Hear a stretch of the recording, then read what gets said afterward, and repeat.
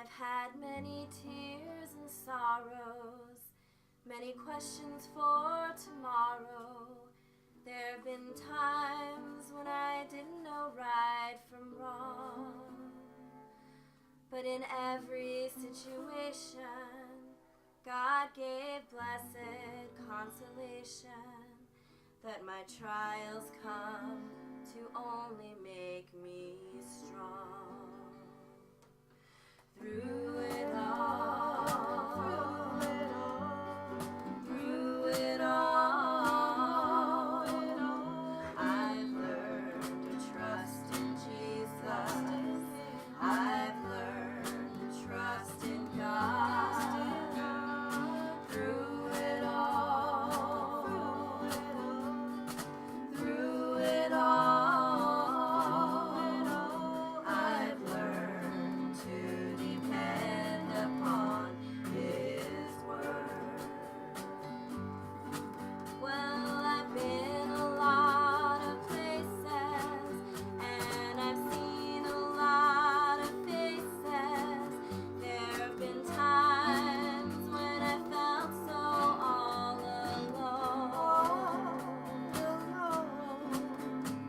But in my lonely hours, yes, those precious lonely hours, Jesus let me know through faith I was His own. Through it all, through it all, I've learned to trust in Jesus. I've learned to trust in God. Through it all, through it all, I've learned to depend upon His word.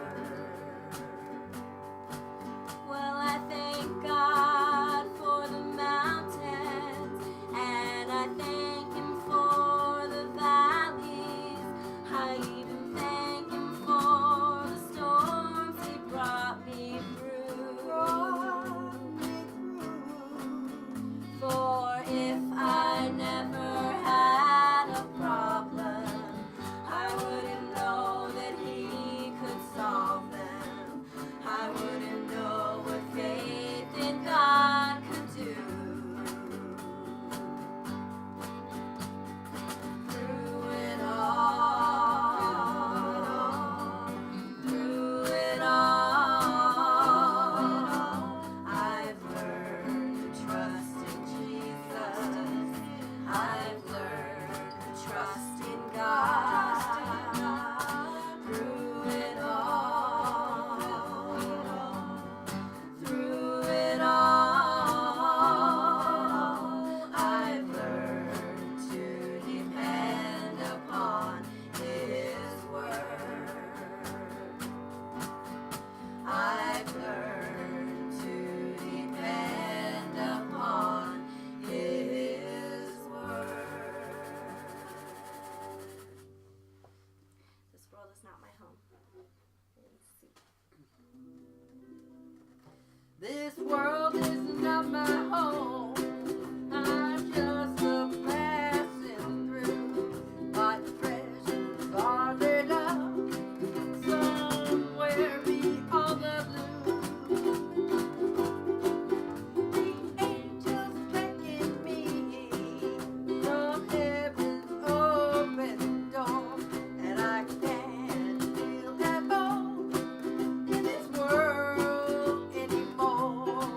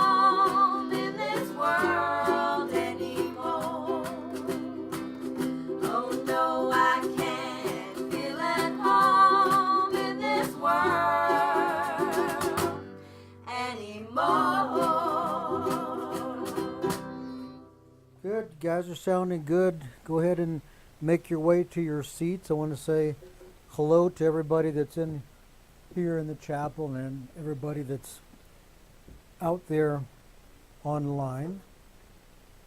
Greetings. This is the Children of the Free Church Ministry, and we gather here live every Sunday evening at 8 p.m. Mountain Standard Time for the teaching. Archives are available on this same site as well as on YouTube, and I invite you to check them out. If you haven't listened before or if you haven't listened much, you need to do that. Stay on the same page, as they say, of what we're doing. Get your messages into me. There's several methods by which you can do that. It's important for me to know how the teaching is being received. We're going to start out tonight with some current events. And by that, I mean exactly that. 1 or 2 weeks ago, I think, I said in the message, in the teaching of what's going on, that we are on, when I say we, I mean we, the world, are on a downward spiral. That there's no way to stop. And I mentioned then, and I'm reminding you again now, it's all part of God's plan. That alarmed many. And well, it should. Things look pretty bad.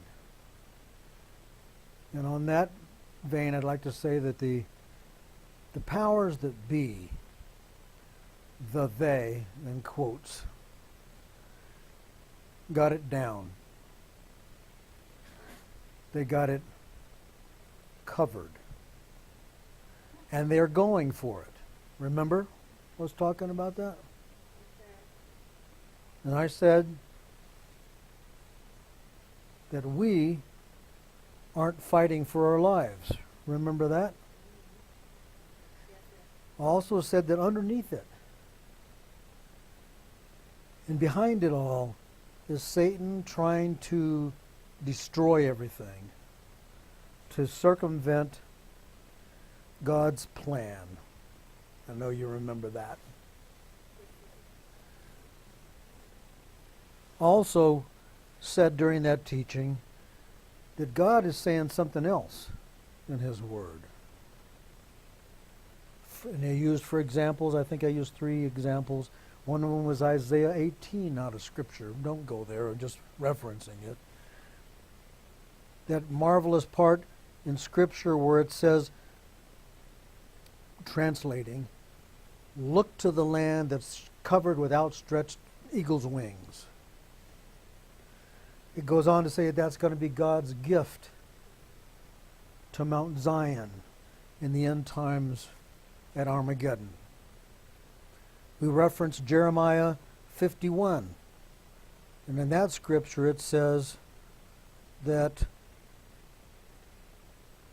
the house of Israel and the house of Judah, and if you've been here for the teaching, you know who I'm talking about, are going to be God's battle axe. They're going to be God's weapons of war at the end. We also referenced same book, Jeremiah 4. That's where we told you that in Scripture it says that the house of Judah and the house of Israel are going to walk together to the land that God promised them. And I asked you then, and I'm repeating to you now, in view of everything I said before, how can that be? If we are destroyed, if the United States is destroyed, the world is destroyed. And I remember saying, and you'll remember me saying, it's going to be interesting to see how God does this. Because it looks like this spiral has been accelerated. It looks like the evil side of things and Satan and his cohorts are trying to get things destroyed before God does what he plans to do. Because as I referenced before, Jesus said, when I come back, am I going to find faith in the earth? And Satan, in essence, is saying, come on back. You're not going to find anything here. And that's what's going on right now, this race and battle to wind things up. It'd be interesting to see how God is going to do what he said he's going to do. And after having said that, since I said that in this past week, reminding you again that the powers that be were firmly entrenched. Plans made. Troops deployed, saying that in quotes. They, in quotes again, whatever you want to call them, the New World Order, or the Illuminati, working through the progressives and the liberals here, and the Democrats, did not seem to be beatable. Yet, in spite of all that, and in spite of them owning the media, and in spite of what I'll just encapsulate and call voter and voting fraud, and that encompasses everything from faulty voting machines, which I'm sure we've all heard about, to voting ballot antics, like the ballots weren't delivered until the polling place was closed, to illegal voters, to all that together. The country rose up, and again, I keep saying in spite, but it's true, in spite of all this, completely changed the potential, underline that, the potential for right. Now, I'm no fool. The Republicans are no angels. For many, and I'm amongst them, we believe there's not a hair's breadth difference between the aisles, and I mean between the right and left side of the aisles in Congress and in the Senate. And I'm so sick of politicians, I can hardly stand to look at them without wanting to grind their face into the ground, and saying things that don't mean, and they're empty phrases, things that don't mean anything. And you know what I'm talking about, to oversimplify and over-exaggerate. You know, they're out there with their hair well coiffed and they're well suited up with their ties, saying, if you vote for me, and then I'm going to get that problem taken care of. Yeah. Standing ovation. Everybody jumps to the... He didn't say anything. He didn't tell you how he's going to do it. He didn't tell you when he's going to do it. More importantly, he didn't tell you who's going to pay for it. And you know exactly what I'm talking about. Same, both sides of the aisle. But the potential for right was moved on. Remember I said, be interesting to see how God does this. It doesn't look like there's any way. Well, I think God entered in. And a clear message was sent. And I'll sum that message up in 7 words. We do not want what went before. Period. Now, the work really begins to turn the country around. Just the potential is there. And it's going to be, and I'm telling you folks, I'm honor bound to tell you, it's going to be the most dangerous 2 years in our history. Okay? Most dangerous. Because, and I'm going to lump them all together, the vindictives, we'll call them all together. It's going to be the most dangerous 2 years as the vindictives try every parting shot they can get away with while they're still in power. So realize that. And don't forget that the power underneath all this, the one who's called the prince of the power of the air, which is Satan, has been set back.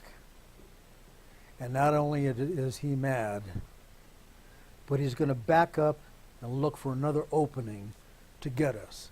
And I've taught you this before in the scripture where Jesus and Satan are more or less debating.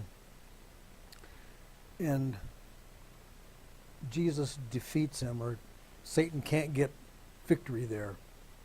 It says in scripture that Satan withdrew for a season. Bad translation. That makes you think he left Jesus alone and went away. The proper translation of what they're translating as he withdrew is like a boxer in a ring who backs up looking for another opening to get you. That's what Satan did. And that's what Satan's doing now. And that's what the vindictives are doing now. But nobody expected this turnabout. I think it's God reining things in. His plan is still in place. He's still on his throne. Things are still going to go the way he wants them to. But Satan's not going to shortcut it and destroy things if we do things the way we're supposed to, and we believe God's in control. So that's the end of my comments on the current events. And we're going to return now to some more teaching on the lost tribes.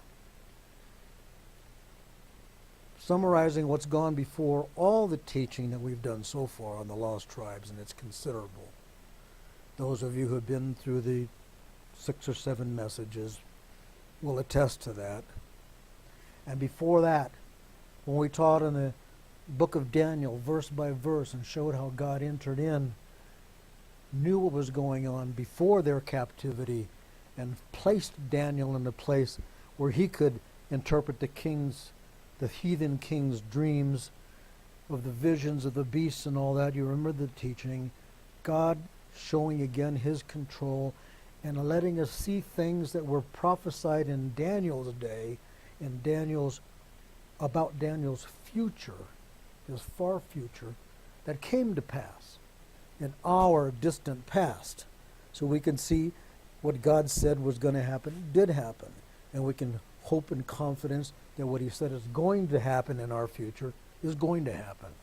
All this leading together, lost tribes, book of Daniel, taught in Revelation about the beasts, the oppressive beasts, or the beastly kingdoms that oppress God's people all the way back from the beginning and to the end. And most of them are gone by us already. A couple more still to come. When we were teaching back on the Great Pyramid in Egypt, God's witness in stone, and seeing the prophecies that are there, they're unchangeable, they're cast in stone, all leading toward the same thing. We taught about his message in the stars above us in heaven that were cast up there 16 billion years ago or more, whether you believe in the Great Bang or a series of bangs or a she-bang or whatever kind of bang. It's up there. And from Earth, you look up and you see these constellations that make images. They're telling God's plan for the ages, all the way from Virgo to Leo, from Virgo the Virgin to Leo the Lion of the tribe of Judah, all up there.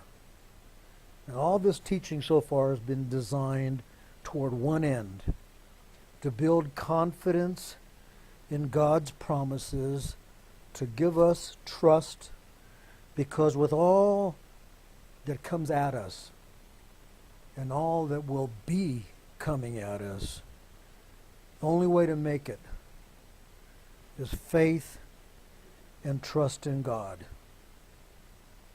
Regarding the lost tribes, we know, we taught here and we taught you well, they were never lost to God. We're talking about lost tribes. Everybody thinks, and I even have the impulse to think, you're talking about a tribe or two lost from the tribes of Israel. That's not what's being said. They're saying the lost tribes of Israel, all the tribes of Israel as a group lost. They were never lost to God. They were lost to history. And he promised and prophesied way back in the Old Testament that they would not be his people anymore. That means they would not be recognized or not known as his people. And we taught you how and why he did that. We taught about their, and I'm going to say this parenthetically, their controlled dispersion to people and to populate Europe and the British Isles and the Americas. Now, while these so-called lost tribes were so-called lost, these people and their descendants, and yes, that comes all the way down to us,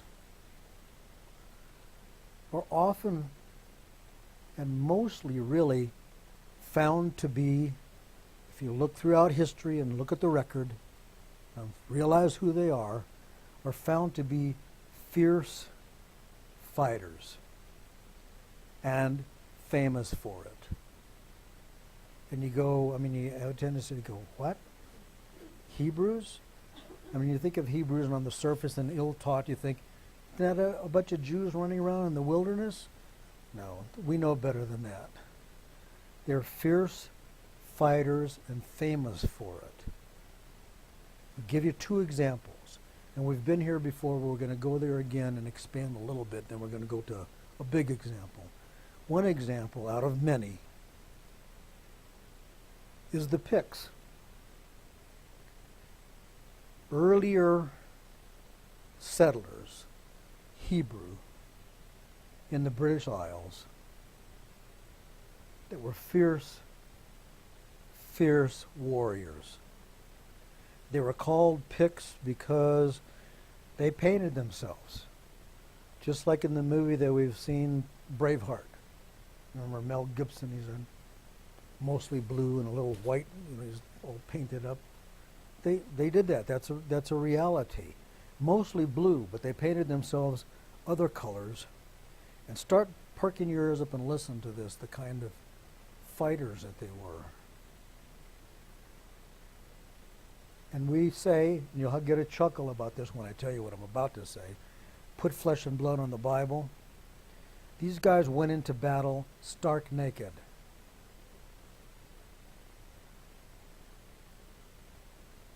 Of course, except for their weapons.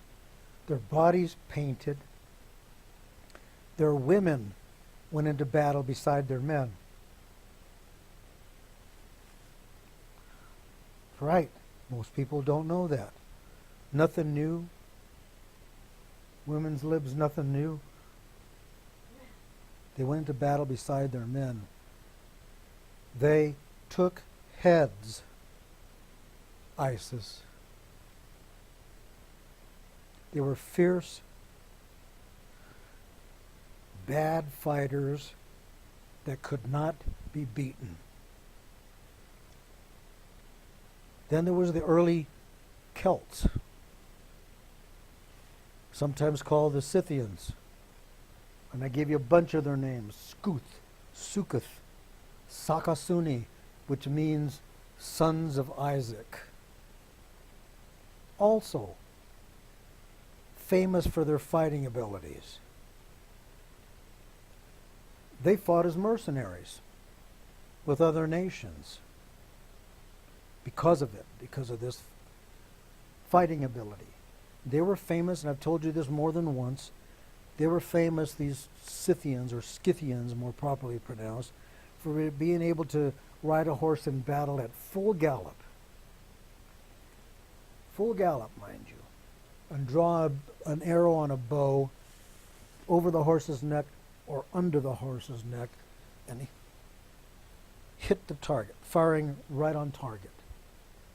Now, if you remember the teaching, God back in the book of Genesis said that Joseph, and he was talking about the house of, which is another name of the house of Israel, Joseph, the house of, not the man Joseph, would be super archers. That's one reason why we taught that on the dollar bill, the eagle's holding 13 arrows in his talon. Why arrows? Well, Joseph is going to be super archers. When the Roman Empire, at its height, mind you, not on its decline, at its height, was in existence, it had great trouble in those British Isles. They could not beat those inhabitants in the British Isles. They could not defeat them in open combat, open battle. They were only able to subjugate them through other means. Isolation, separation. Remember the old adage of divide and conquer? You divide them up and separate them, humiliate them in small groups and as individuals, beating them down through tactics. Not in open combat, which they could never do. The Roman Empire, then consequently settled in many of the towns in the British Isles and garrisoned their armies there, all around there. Roman Empire did, to keep a lid on things. Meanwhile, trying by attrition to beat them down. Which brings us to Boadicea, or Boadicea. And I know there's at least one in our presence who's going to insist that it's Boudicca, which is the modern name for her now. The Latinized version of her name is Victoria. I don't know if I told you that before.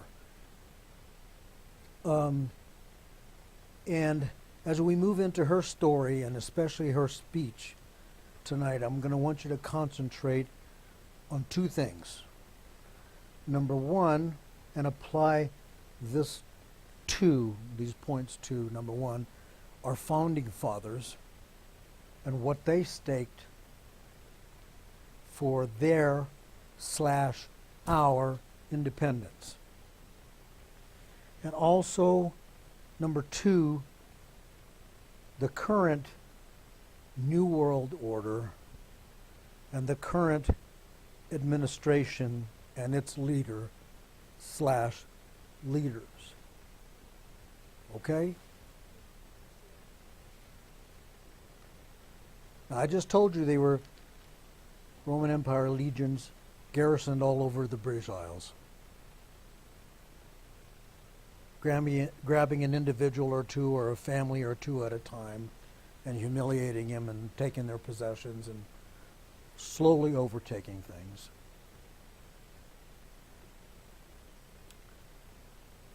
I'm going to call her Boadicea because I'm old school. Boadicea was a queen. Eventually, at some point, she and her family were separated and captured.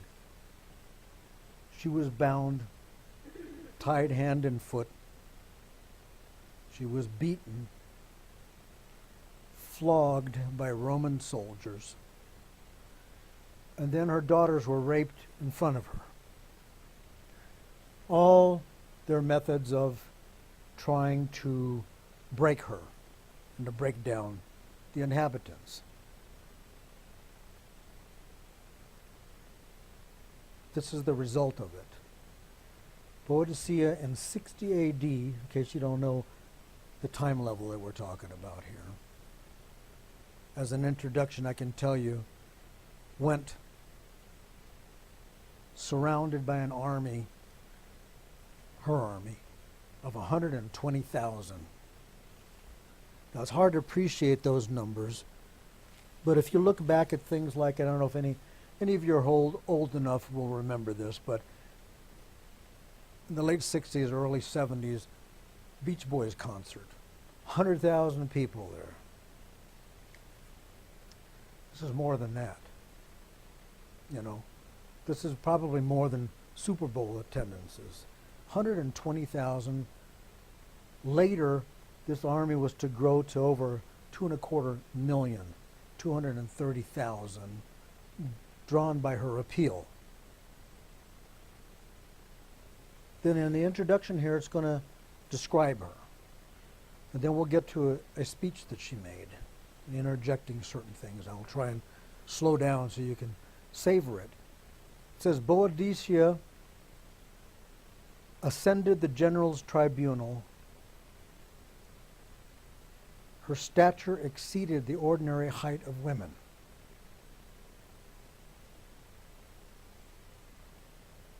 Put flesh and blood on this. Picture what's going on. You're looking at it. Her appearance carried terror. Her aspect was calm and collected, but her voice became deep and pitiless. Her hair falling in long red tresses, as long as her knees,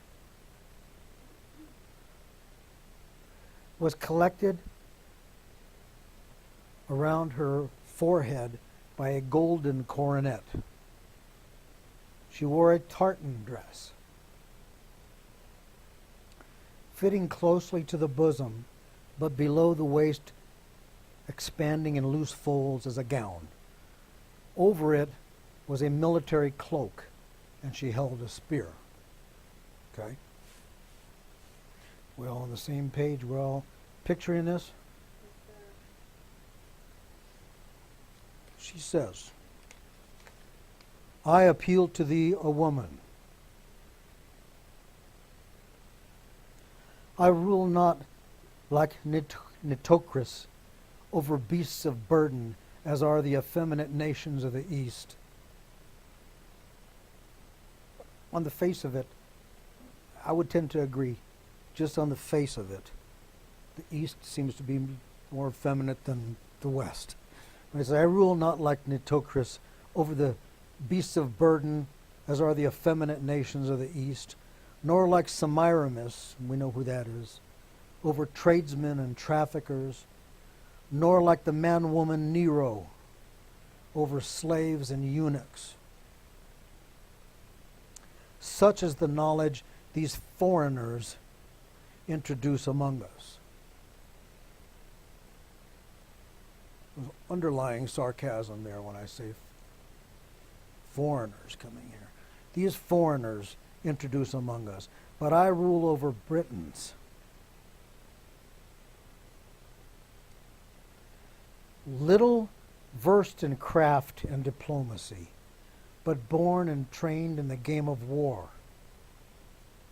Now, focus in to what she's going to say here and think of the people who started this country. Men who in the cause of liberty staked down their lives, the lives of their wives and children, their lands and their property. I think it almost says things like that verbatim in our Declaration of Independence. This is in 60 A.D. Those are the kind of people she rules over, she's saying here. Queen of such a race, I implore thine aid for freedom. For victory over, now focus on this thinking of today, over enemies infamous for their wantonness of the wrong they inflict, for their perversions of justice, for their contempt of religion, for their insatiable greed. Sound like anybody or anyone you know? She's talking about the Romans. It applies. Let's hear that again. I implore thine aid for freedom, for victory over enemies infamous for their wantonness of the wrongs they inflict, for their perversions of justice, for their contempt of religion, for their insatiable greed, a people that revel in unmanly pleasures, whose affections are more to be dreaded and abhorred than their enmity.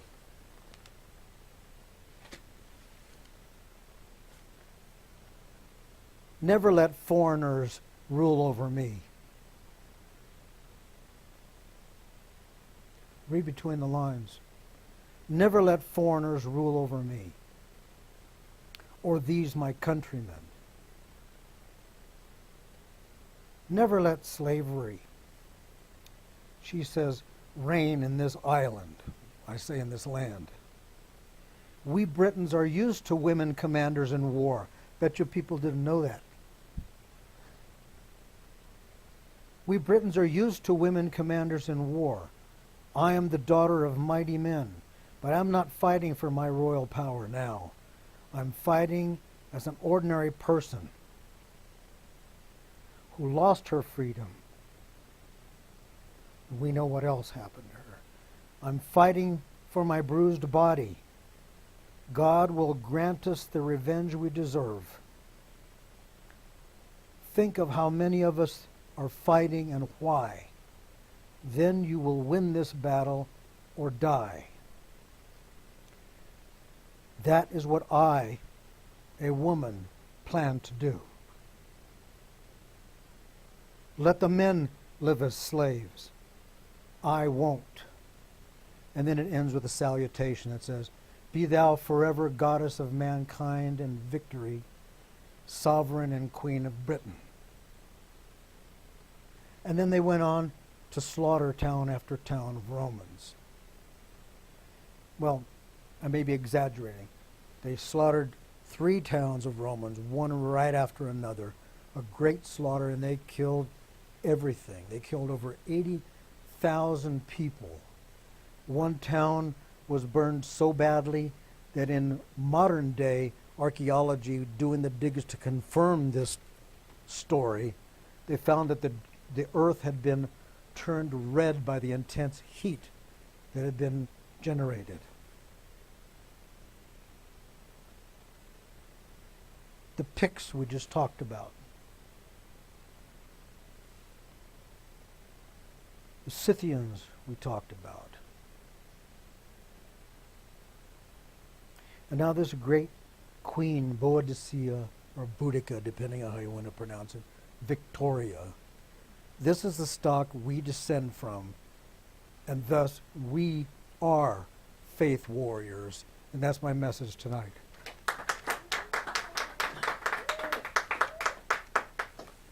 And it's offering time.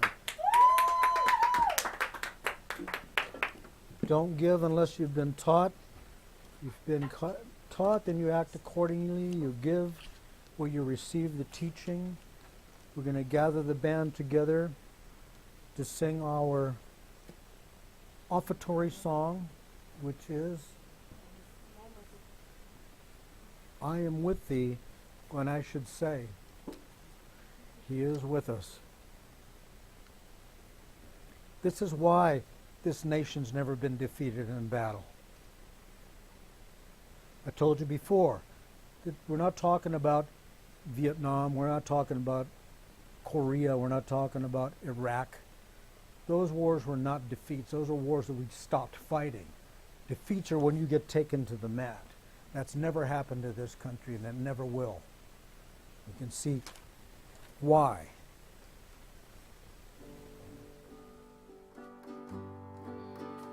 If you're up against lions and you can't climb that mountain, you're in front of the lion, can't see your way through.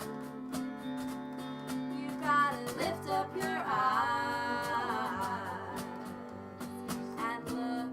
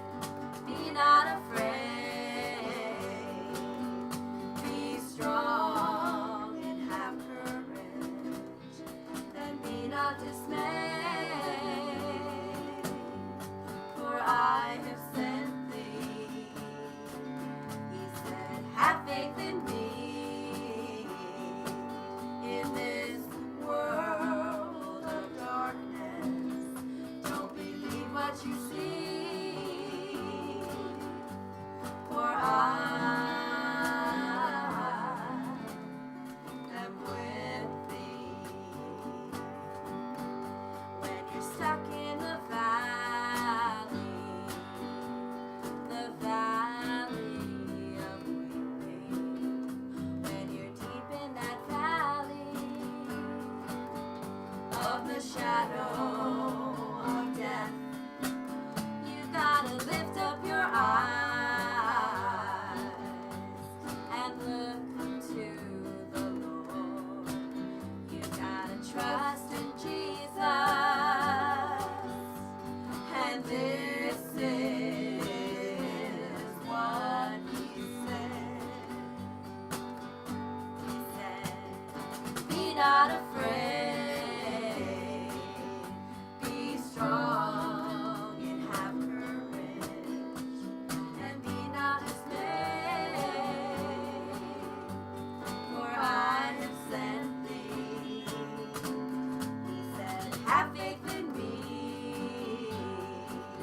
in this world of darkness. Don't believe what you see, for I am with thee. Don't believe what you see, for I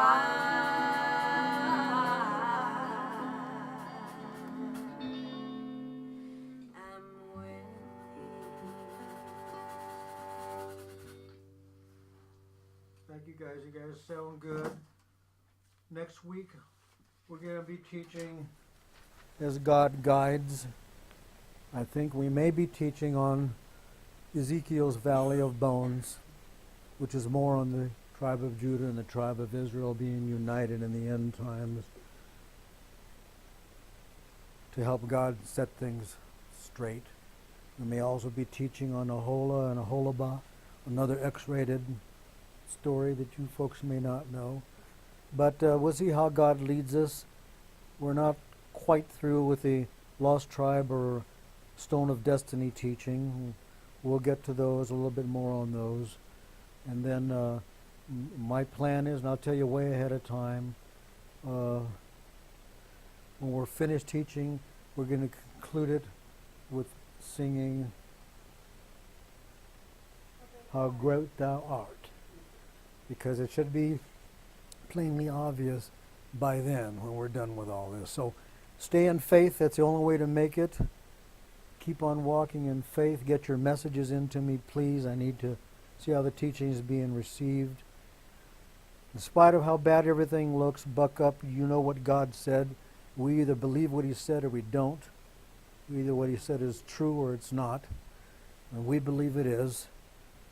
And that doesn't mean you can't get a few beads of sweat on your brow, but be ready to wipe them off when we get moved out of the way. When he finally, as I say in slang, comes down out of his tree and set things straight down here. So keep on walking in faith. We're going to close. Well, I searched and I searched for a road that led to glory. I wondered if I'd ever find my way. I was so dismayed, for the road it seemed so lonely. But then I heard a voice within me say, you've got to keep on walking, keep right on walking, walking in the light of the Lord. You'll get to heaven someday, can only get in the faith way, walking in the light of the Lord. Well, I faith and I faith, and the Lord he gave me mercy. I faith and he brightened down my way. I sat down to rest, for my feet had grown so weary.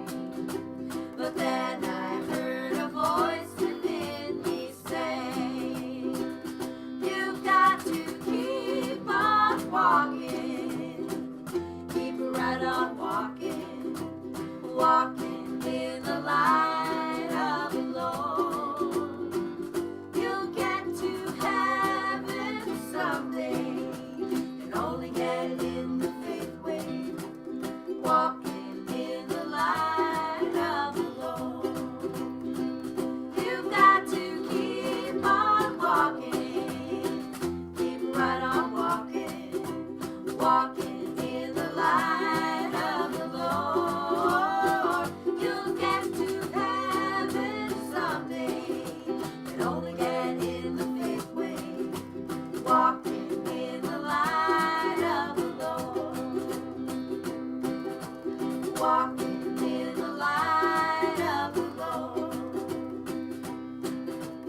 walking